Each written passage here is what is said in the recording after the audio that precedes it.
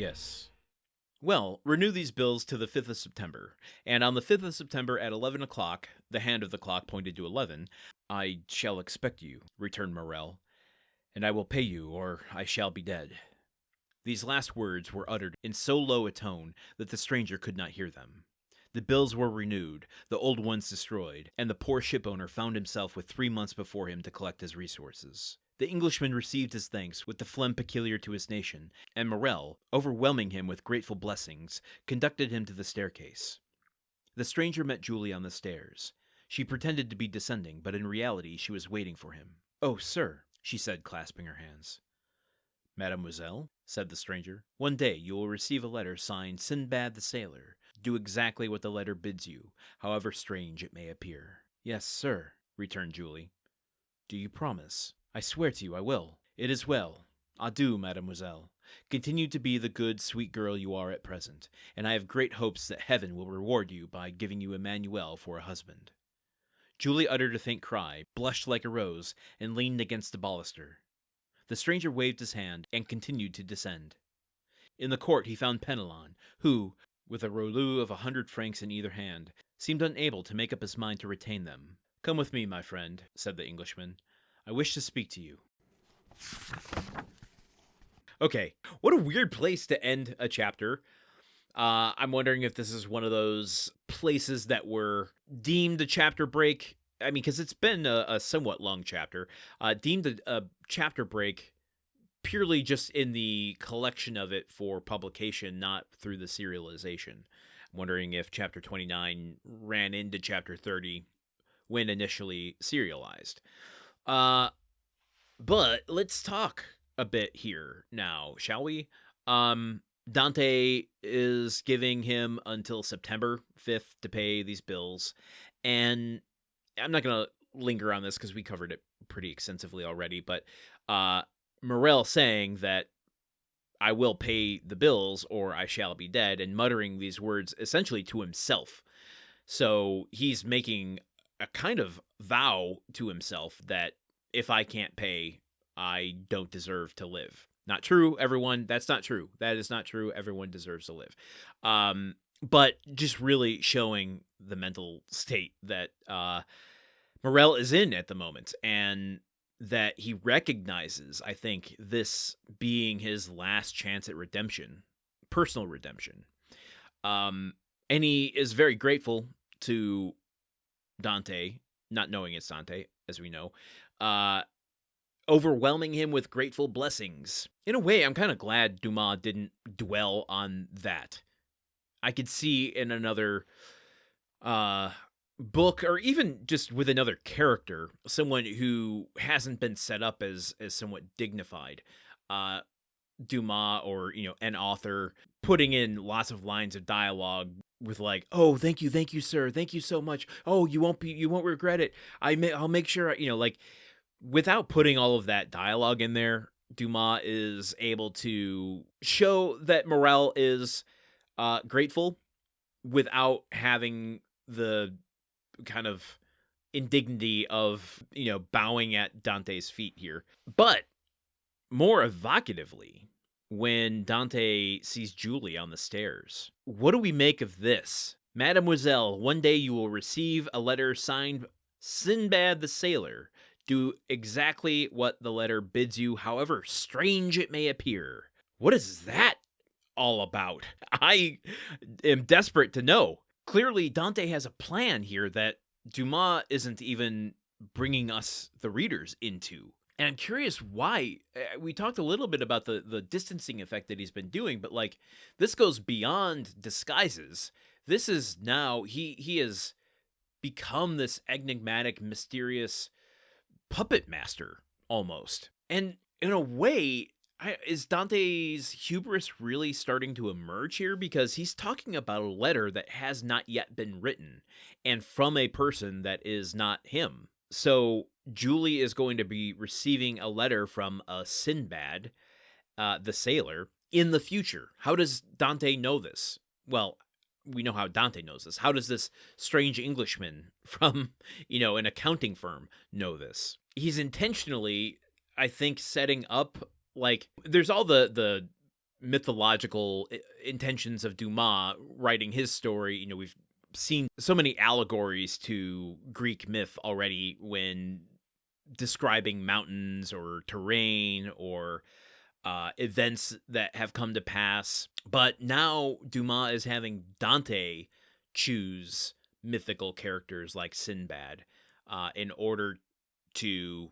Is he playing? Is he, developing a mystery on his own? Like, is he intentionally doing that, Dante?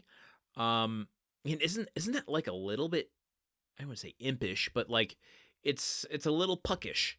It's a little fun and games. He's having fun with his money, and so far it hasn't hurt anyone. But as we talked about yesterday, like that's opening up a door to being glib or letting money corrupt your point of view in the world. The more you go down that road where you're having fun with resources that only you have, and you are putting yourself in a position where you are the only one who can make the determination of who benefits from your benevolence and who is harmed by your malevolence. It's a corrupting force. I mean, that has to be something that Dumas is subtly setting up here. I don't think you can have a story about wealth and not have it be about corruption at some point in some form. Anyway, I deviated a bit from the idea of the choosing the name Sinbad as a kind of mythological, almost supernatural alter ego. So I'm curious what this is all leading toward. What strange things is Sinbad the Sailor going to ask Julie to do? And let's not overlook, too, that like he tells her to follow exactly what the letter bids you to do, while also saying, like, if you, I mean, he's not saying it exactly, but he is giving 2 points of this 2 sides of this coin, saying, do exactly what this says.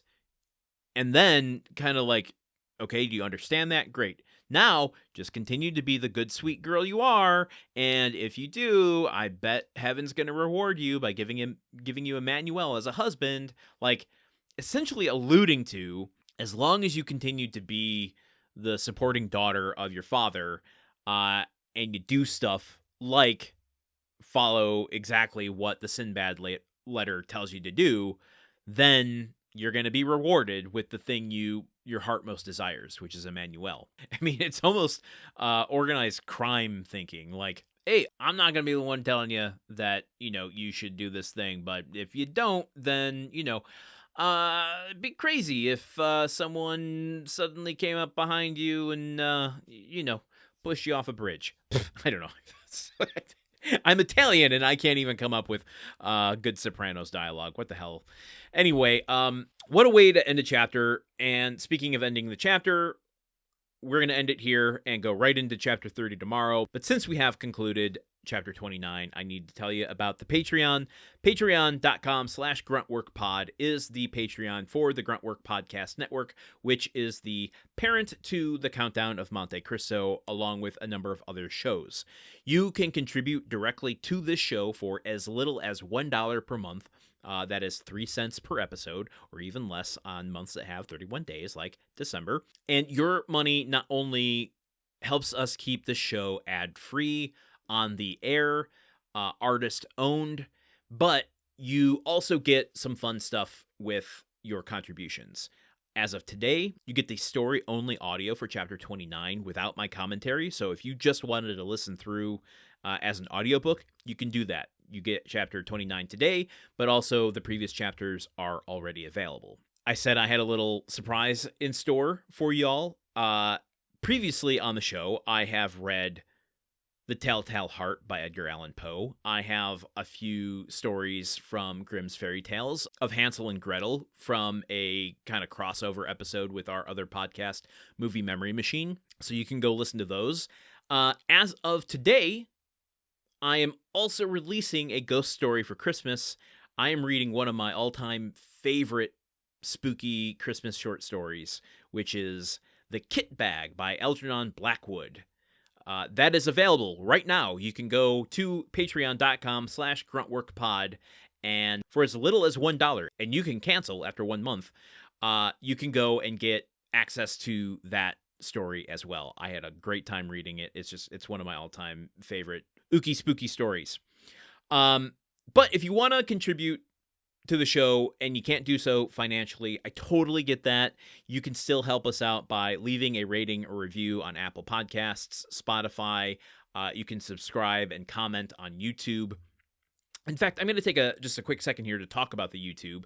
A lot of people have talked about finding it helpful that like you can take the podcast on the go on any of your podcatchers, but sometimes the YouTube they find helpful because I put the passage that I'm reading on screen and it scrolls by as I read it. So if you actually want to see some of the words that I'm deeply mispronouncing from week to week, you can literally read along on YouTube in any of the episodes that I'm publishing there. So hopefully that's reason to subscribe there. Otherwise, the show is exactly the same as you get in your podcatchers. So subscribe, comment, love to see you there. You can also help the show by recommending it to someone specifically. Send them an episode, send them the podcast feed, send them the YouTube channel. Tell them that they might like it if they enjoy classic literature, if they enjoy audiobooks, because when you recommend it directly to someone, they are much more likely to listen. And lastly, I want to hear from you. Tell me what you think about the story so far. Help me speculate on what all of this means, whether you have read The Count of Monte Cristo before, whether you're reading it along with me as we go along. I want to hear from you. Discord is absolutely free to anyone who listens. The link is in today's show notes, and it's in the show notes of every single episode, so just click that, get started with Discord, and join in the conversation going on there. And with that, I'll see you here tomorrow as we go into Chapter 30. Until then, okay, goodbye. The Countdown of Monte Cristo is part of the Gruntwork Podcast Network. This show is produced, edited, and hosted by Landon Solano. The original text of The Count of Monte Cristo by Alexander Dumas. Theme song by Magic Solo. If you want to support the show and others like it, visit patreon.com/gruntworkpod. Thank you for listening. See you tomorrow.